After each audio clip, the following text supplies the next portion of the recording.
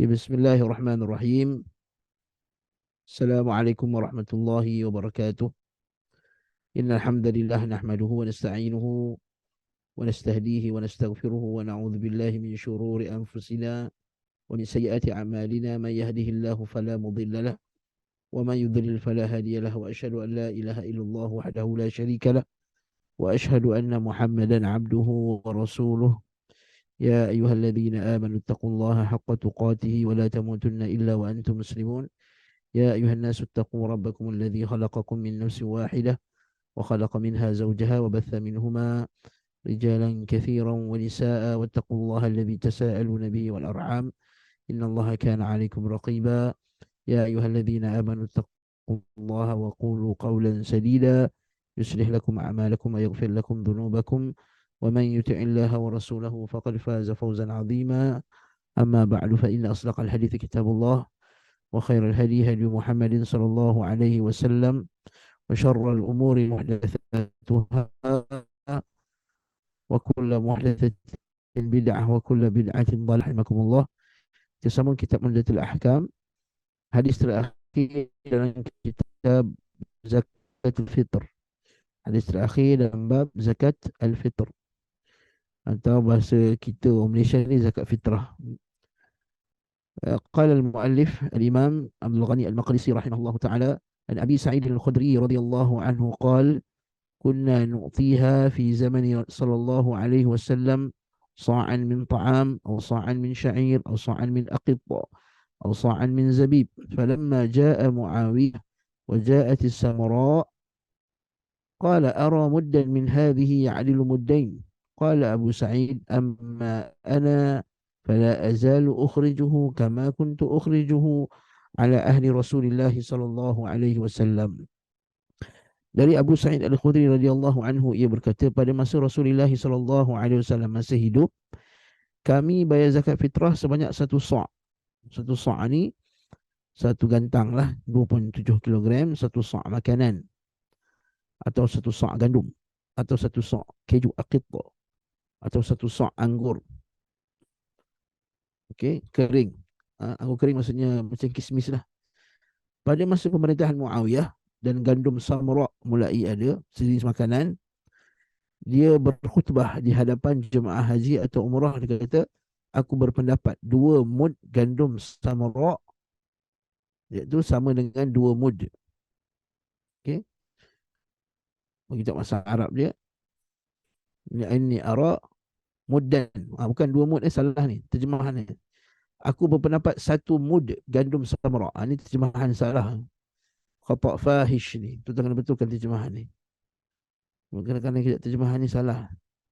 2 ni tu kena terpotong. Aku berpendapat 1 sa', 1 mud. Dia kata muddan samra. Okey, 1 mud samra. Samra ni atau samarra sebenarnya nanti kita akan huraikanlah di sebuah negeri dekat Iraq, kan?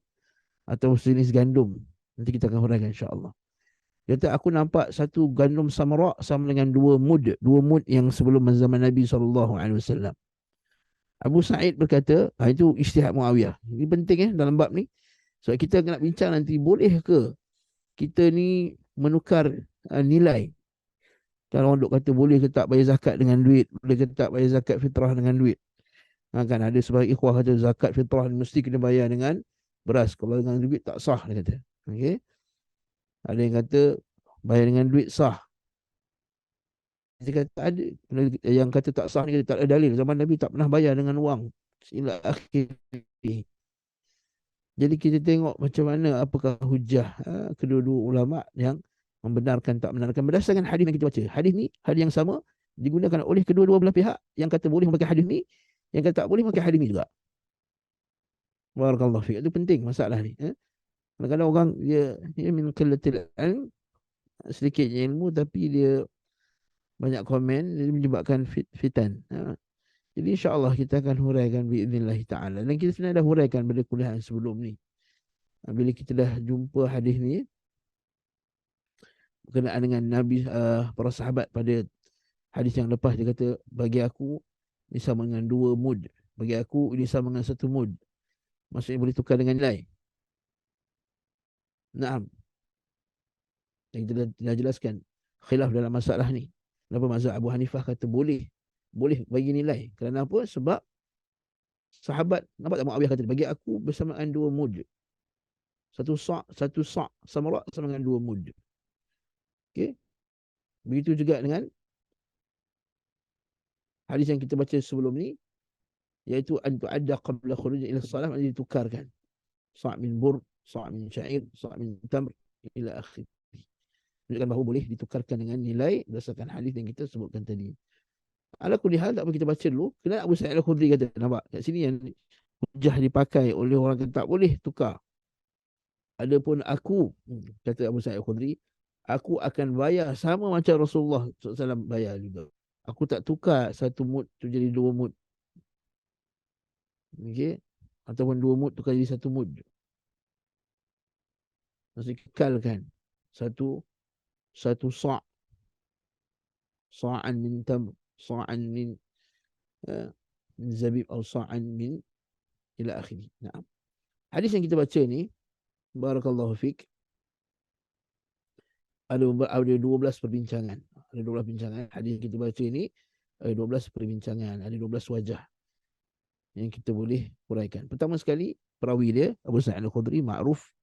Abu Sa'id Al-Khudri sahabi jalil, walaupun mutaakhir fi islamihi, walaupun lewat juga masuk Islam, namun dia antara sahabat yang keenam yang paling banyak hafal hadis Nabi SAW. Yang keenam, dan dia hafal lebih kurang 1000 lebih hadis lah, 1200 lebih hadis, kan? Di mana yang kita dah sebut dalam kuliah-kuliah yang lepas, kan? Okay. Al-mukthiruna min riwayatil khabar min as-sahabatil akthar min al-gharar, Abu Hurairah yalihi ibn Umar wa Aisyah wa zawj fa ibn fa zawjatul hadil abar, fa Anas fa zawjatul hadil abar. Kemudian Ibnu Abbas yalihi Jabirhu wa Abu Sa'id Al-Khudri wa huwa al-akhir. Ini disebut oleh Al-Imam Al-Suyuti dalam Alfiyah dia. Iaitu dia yang keenam. Iaitu Abu Sa'id Al-Khudri, dia yang keenam sahabat yang paling banyak riwayatkan hadis Nabi SAW. Kedua, wajah kedua itu sa' ni, sa'an. Sa'an maknanya satu gantang lah, bahasa Melayu kita satu gantang. Jadi sa'an ni, nak i'rabkan dia, boleh kita kata dia hal lah, ataupun badal. Badal ataupun hal. Maksudnya aku mengeluarkan makanan, keadaan makanan tu satu sa'. Ataupun badal. Sa'an itu min tamr. Sa'an itu badal. Wallahu a'lam. Dimasukkan dengan al-murad bil ta'am, iaitu al-bur, iaitu gandum. Kan dalam hadis sebutkan mengeluarkan satu, untuk hadis ni. Kan kata Nabi SAW mengeluarkan satu sa' makanan. Satu sa' makanan. Makanan dalam hadis tu maksudnya apa? Makanan tu, kata Al-Imam Ibn Mulaqin, makanan tu ialah gandum. Maksudnya pada zaman tersebut Nabi SAW, para sahabat, bila sebut makanan, makanan itu ialah gandum. Maksudnya apa? Kenapa? Kerana ghalibnya makanan itu zaman Nabi SAW ialah gandum. Okay? Tak semestinya beras atau seumpama dengannya.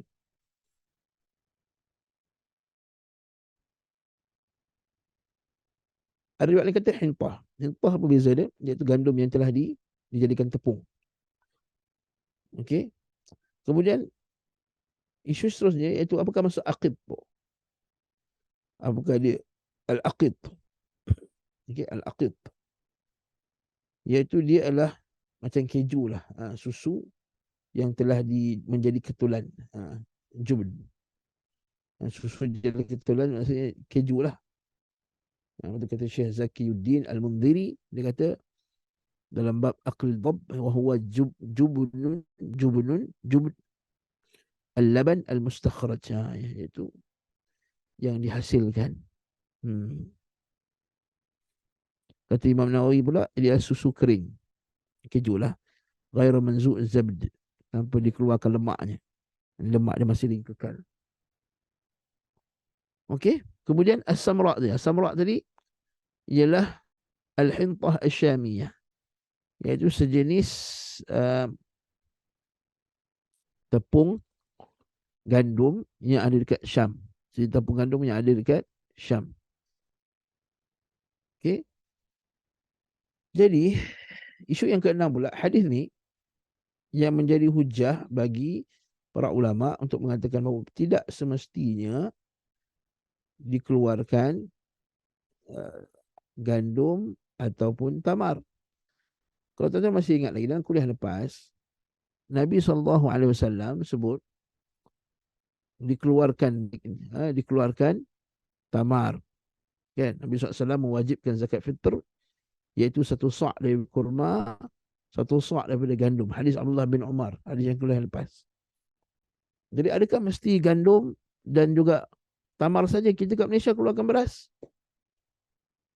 Ah, jadi hadis ni bila diriwayatkan, dia kata zaman Muawiyah digunakan apa dia, gandum samara. Okay, gandum samara sejenis makanan, hintah. Kemudian dalam tu juga al-aqiq, iaitu keju. Kemudian zabib, apa dia apa dia, kismis. Tak sebut pun kurma atau seumpama dengannya. Maksudnya dalil bahawa Imam Syafi'i dia faham hadis ni, maksud dia lah yang pentingnya ia adalah makanan ruji kawasan setempat tersebut. Muawiyah keluarkan hentah samra, dia tak keluarkan hentah biasa, tak keluarkan gandum biasa. Sebab apa? Sebab kawasan tersebut yang menjadi makanan ruji ni adalah hentah samra.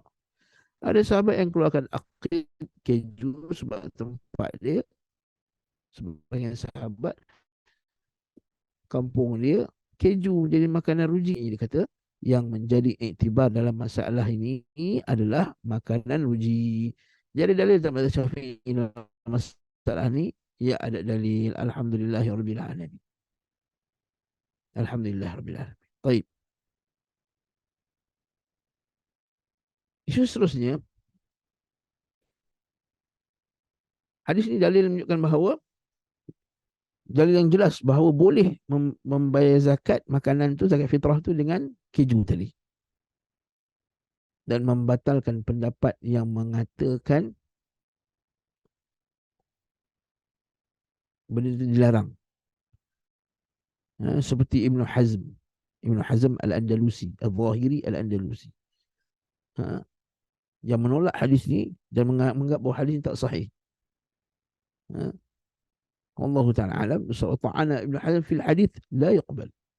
Jadi kata Imam Ibn Mulaqqin, kata hukuman ataupun Ibn Hazm menghukum hadis ni, mencela hadis ni, atau bukan mencela lah, menganggap bahawa hadis ni tak sahih, itu adalah tidak benar pendapat tersebut. Okay. Cuma Imam mazhab Syafi'i dia mensyaratkan kalau nak bagi keju ni, pertama dia mesti makanan ruji kawasan tersebut. Mesti makanan ruji lah kan. Yang kedua, ghairu mumallahan. Iaitu tidak boleh diletak garam dalam keju. Kenapa mazhab Syafi'i kita tak boleh letak garam? Kerana banyaknya garam akan merosakkan keju tersebut. Merosakkan apa dia, jauhar dia. Jauhar maksudnya apa dia punya isi kandungan dia. Sebab kalau cheese ni mesti isi kandungan dia susu. Jadi kalau garam tu akan merosakkan susu tu, akan menyebabkan dia kurang lemaknya, kurang seumpama dengannya yang terkait dengan susunya. Dasam dia tu, lemak dia tu akan kurang, maka dia akan menyebabkan dinilai dia bukan sepatutnya yang diberikan sebegitu. Sebab tu dia kata kat sini, fa in kana al-milh zahiran alayhi فالملح غير محشو به والشرط أن يخرج قدر ما يكون محض الأقد منه صاعا. Syarat ni kalau nak keluarkan keju, mesti keju pure keju, tak boleh campur benda-benda lain. Warujuk fi dhalika ila ahli kama dzakarahu al-Ajli. Dan kena tanya ahli dia lah, pakar-pakarnya. Masya-Allah. Ni mazhab Syafi'i membenarkan keluarkan keju dengan syarat apa tadi? Pertama, dia mestilah keju, mestilah makanan ruji. Yang dekat Malaysia ni Kan? Orang tak makan keju, kita bagi zakat keju. Tak, tak kena. Nah.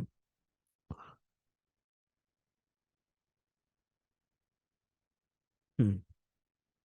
Kemudian Al-Mawardi, Al-Syafi'i pula, dia ada komentar lain berkaitan dengan zakat apa ni? Keju. Dia kata apa? Wal khilaf fi ijza'il aqd innama huwa fi ahli al-badiyah. Dia kata khilaf berkenaan dengan keju. Masalah keju ni ialah pada orang kampung, ahli badiyah, orang Arab Badui. Amma al-hadirah, ada pun bandar, fala yujzihim qawlan wahidan. Okey. Imam Al-Mawardi, Al-Syafi'i, yang mengarang kita Al-Hawi, Al-Kabir, dia kata kalau orang bandar langsung tak boleh. Sebab apa? Sebab keju, sebab kita kena ingat orang kampung ni nak cari apa, orang Badiah, orang Badui, mana nak cari gandum, dia orang tak tanam gandum. Dia orang bila dia orang berpindah dari satu tempat ke satu tempat, dia orang kan nomad Badui ni, maka bukan mudah bagi mereka nak bagi gandum. Dia yang biasa bagi dia orang ialah susu dan keju. Salah satu lah Imam Mawardi kata, oh, ini bagi zakat keju ni hanya untuk orang Arab Badui saja. Wa ammal hadirah, ada pun orang bandar tak boleh. Qaulan wahidan, dia kata qaulan wahidan Imam Mawardi. Tapi alhamdulillah Al-Imam Nawawi rahimahullah taala telah membantah ni dalam Syarah Muhadzab. Syarah Muhadzab. Majmu', kitab Majmu'. Syarah Muhadzab, kitab Majmu'. Waktu kita kata barakallahu fiik. Mazhab Syafi'i ni dia telah melalui proses tangqih.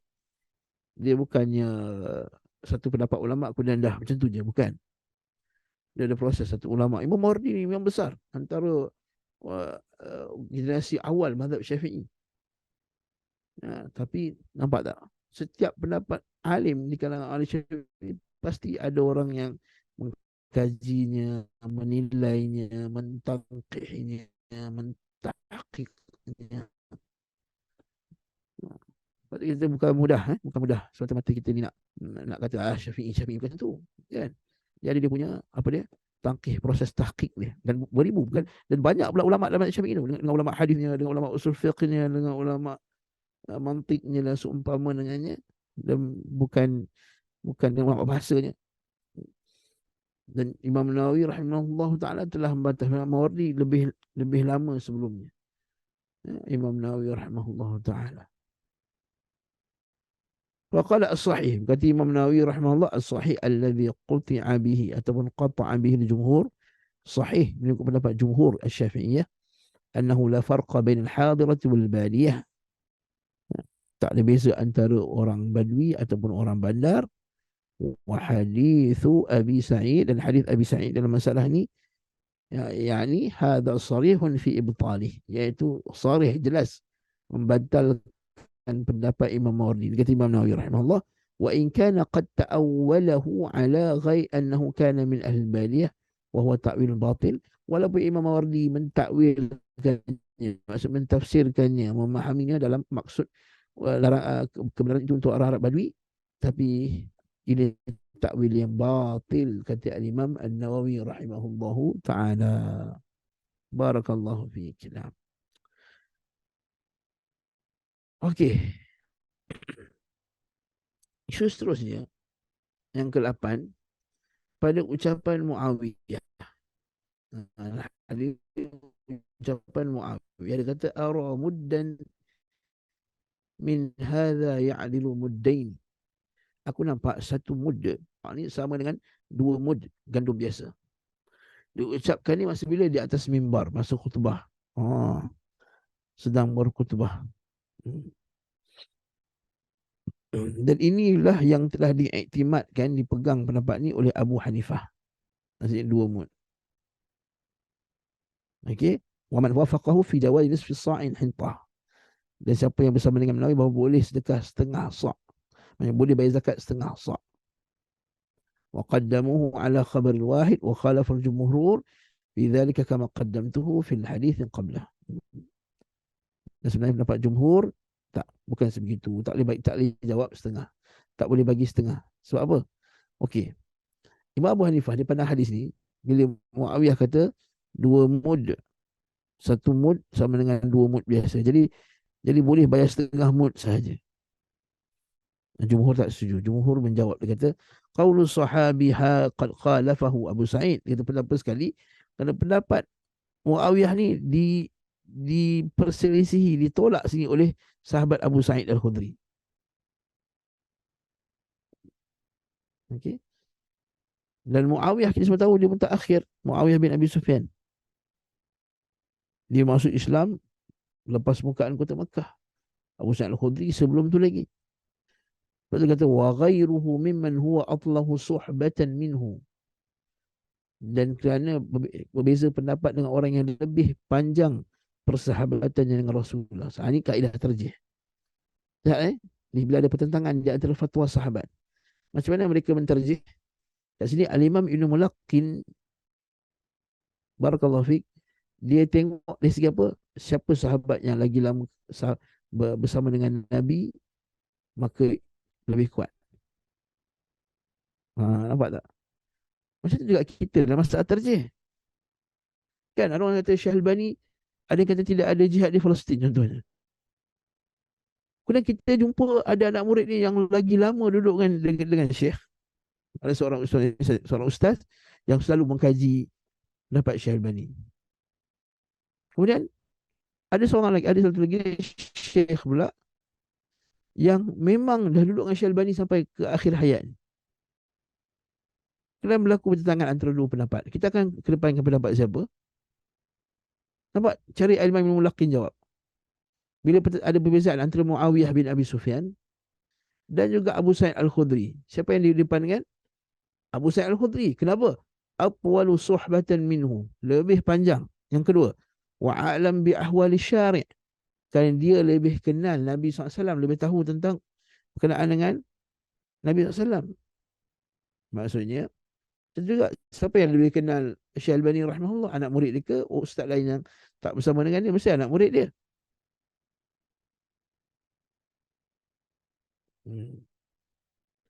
Lainlah kalau sama, dua-dua sama kuat. Contohnya anak murid Syekh Albani, dua-dua sama bagus. Sama lama, sama meninggal. Sama-sama bersama dengan Syekh Albani, sama meninggal. Ketika itulah, nampak ni, kata Imam Al-Mulaqqin, wa idza ikhtalafatis sahabatu lam yakun ba'dhum aula min ba'd. Bila sebahagiannya bukanlah lebih aula daripada sebahagian yang lain, fayarji'u ila dalilin akhar. Maka kita tengok dalil yang lain. Nah, cantik ni, masya-Allah. Wa zahirul hadith wal qiyas muttafiqatan ala ishtirat as-sa' min al-hintah ka ghairiha. Zahir hadis dan qiyas menyetujui bertepatan dengan disyaratkan mesti satu sa', tak boleh sa', tak boleh setengah sa', tak boleh setengah gantang. Seperti yang dikatakan oleh Imam Abu Hanifah rahimahullah, fa wajaba i'timaduhu, maka wajib kita mengiktimadkan, menguatkan pendapat tersebut. Waqad sarraha Muawiyah bi annahu ra'a ra'yun ra'ahu, dan telah jelas Muawiyah kata ini pendapat dia, bukannya didengar daripada Nabi SAW. Walau kana inda ahadin min hadiri majlisihi ma'a kathratihim tilka al-lahzah alima fi muwafaqati Muawiyah an Nabi SAW la dhakarahu kama jara fi ghairi hadhihi al-qissah. Kalaulah ada ramai sahabat-sahabat lain dengar Nabi pernah sebut setengah pun boleh, ataupun dua mut sama dengan satu, maka nescaya sahabat tersebut akan sebut, seperti mana kita jumpa dalam kisah-kisah yang lain. Bila sahabat lain diam, maka kita pun diam. Dan apa yang disebut di Abu Sa'id khilaf masalah ni zahir. Wa in kana yuhtamal an yakuna akhbara annahu la yanqusu shay'an mimma kana yakhrijuhu wa annahu fa'ala dhalika tawarru'an wa ihtiyatan lakin fihi bu'd. Walaupun kita boleh kata sebenarnya Abu Sa'id Al-Khudri ni sekadar nak warak dan menjaga-jaga. Bukan itu hukum asal. Tapi ini takwil yang bu'd, takwil yang jauh daripada pendapat ini.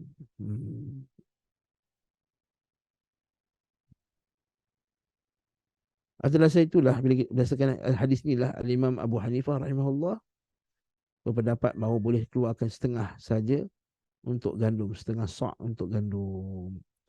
Atas hadis inilah. Jadi kita pun hormatlah, tapi walaupun kita boleh bantah, nampak tak? Kita bantah pendapat tersebut. Atas ya. فيه دلالة على أن فعل الشيء في حياته صلى الله عليه وسلم حجة في فعله وتقريره. Hadis ini kisah cerita ialah hadis takrir lah kita kata. Kenapa? Kan hadis tersebut kami dahulu mengeluarkan satu sok gandum, satu sok kismis, satu sok uh, cheese, satu sok apa tadi kurma. Takrir. Uh, Kalau hadis sebelum hadis Abdullah bin Umar memang Nabi perintahkan untuk mengeluarkan satu sok kurma dengan satu sok gandum. Tapi hadis kali ini pula hadis Abu Sa'id ini tak sebut Nabi perintahkan dan tapi dilakukan depan Nabi sallallahu alaihi wasallam. Maka Nabi SAW diam, tak tegur. Dalil bahawa itu adalah hadis takrir daripada Nabi sallallahu alaihi wasallam. Yang ke-10 cantik ni. Dia kata fihi dalalatun aidan ala annahu la yajuzu liman alima an-nassa an yarji'a ila ijtihadil mujtahidi minal ulama. Cantik ni. Imam ni ulama Syafi'i ni. Al-Imam Ibn Lakin kata apa? Hadis ini dalil bahawa tidak boleh seseorang itu apabila telah mengetahui suatu nas tentang satu masalah. Bila sebut nas ni maksudnya tadi ihtimal. Okey. Bila sebut nas dia tadi ihtimal. Sebab nanti kita akan tuan ini senang cerita. Kalau kita dengar kita baca kitab, kita sebut ini adalah nas bagi masalah ini. Nas maksudnya tadi ihtimal lah, memang jelas. Tapi kalau kita ini adalah isyarah. Ini adalah isyarat. Isyarat ni belum jelas lagi. Okey. Liman aliman nassa an yarji'a ila ijtihadil mujtahid. Dia tahu nas tak boleh dia tengok pendapat mujtahid. Tak boleh tengok pendapat imam sekian dan sekian.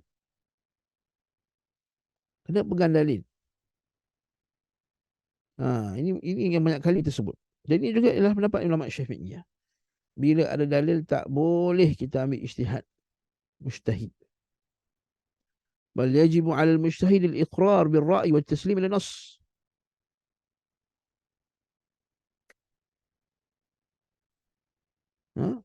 Maka itu wajib dia mengiktiraf pendapat tersebut, pendapat yang berdasarkan nas tadi dan tunduk kepada nas. Seperti dalam kes Muawiyah ni, lama balaghu hadis Abi qala innahu ra'yun ra'ahu la annahu sami'ahu min Nabi. Macam kes hadis ni. Nampak tak? Kes hadis ni Muawiyah bila Abu Sa'id kata macam tu dia kata apa? Ini adalah pendapatku. Ini adalah pendapatku. Ini ra'yun arah. Ra'yun arah. Aku berpendapat. Nampak? Aku berpendapat. Dia tak kata pun. Nabi kata macam tu. Dia kata aku berpendapat. Nampak tak? Cantik. Kalau sahabat berhati-hati. Dia tak kata Nabi berkata. Dia kata aku berpendapat. Yang ke-11. Fihi thubun ala sunnah wal amal biha wa alim ruju' ila qawl man ra'a khilafiha. Hadis ini menunjukkan bahawa tetapnya kita kena sabit di atas sunnah dan beramal dengannya dan tidak rujuk kepada pendapat yang berselain dengan pendapat yang lainnya. Wa in tal muddah, walaupun betapa jaraknya dengan Nabi sallallahu alaihi wasallam. Nabi Musa kan, bila Nabi Musa pergi naik ke Tur Sina 40 hari tuan-tuan, terus dia umat dia sembah lembu. Apa kata Nabi Musa? Afatala alaikumul amadu faqasat qulubukum. Apakah lama sangat aku tinggalkan engkau ni sampai hati kau menjadi keras pergi sembah lembu ni. Nampak? Lepas tu kata Al-Imam Ibn Lakin, betapa jauhnya kita jarak dengan Nabi SAW. Nabi kita tinggalkan 1400 tahun hampir. Tapi seolah-olah Nabi itu berada dengan kita, tak boleh kita nak tukar pendapat dengan pendapat manusia. Sedangkan Nabi SAW pun addu alaiha bin nawajid. Gigitlah dengan gigi gerahammu. Wa iyyakum wa muhdatsatil umur. Dan jauhilah kamu akan perbuatan mengada-ngadakan perkara-perkara yang baru dalam agama ini. Mengadakan perkara-perkara yang baru dalam agama ini. Masya Allah.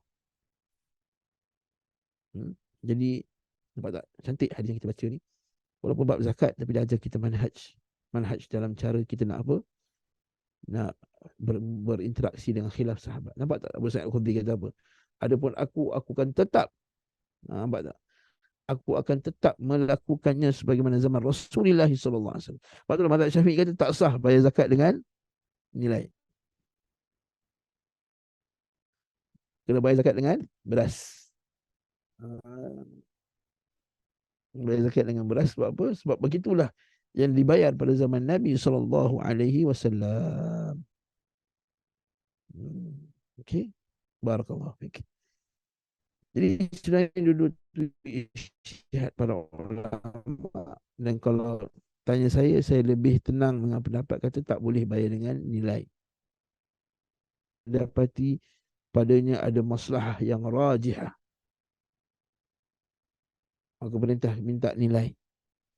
Contohnya masalah dari segi nak simpan beras, nak hantar beras ke pusat simpanan beras, ila akhirih, banyak lagi isu lain, maka kita kata barakallahu fik, kita bayar nilai. Nah, ini disebut oleh Syekh Shalih Al-Utsaimin hafizahullah taala, kata zakat itu mesti bayar dengan makanan ruji. Melainkan kalau pemerintah kata padanya ada masalah yang rajih untuk bayar dengan wang, kita kembali kepada pemerintah, sebab urusan menguruskan zakat ini adalah urusan pemerintahan. Wallahu taala alam bissawab. Saya nak berhenti kat sini tuan-tuan. Hari ini kita habis awal kelas awal sikit sebab hadis pun dah habis. Kalau saya nak mulakan tak sempat untuk hadis seterusnya ini. InsyaAllah kita akan mulakan kitabus saum pada fi darsin akhar bi'idhnillahi ta'ala. Wa sallallahu ala Muhammad wa ala alihi wa sahbihi wa sallam tasliman kathira. Walhamdulillahi rabbil alamin. Assalamualaikum warahmatullahi wabarakatuh.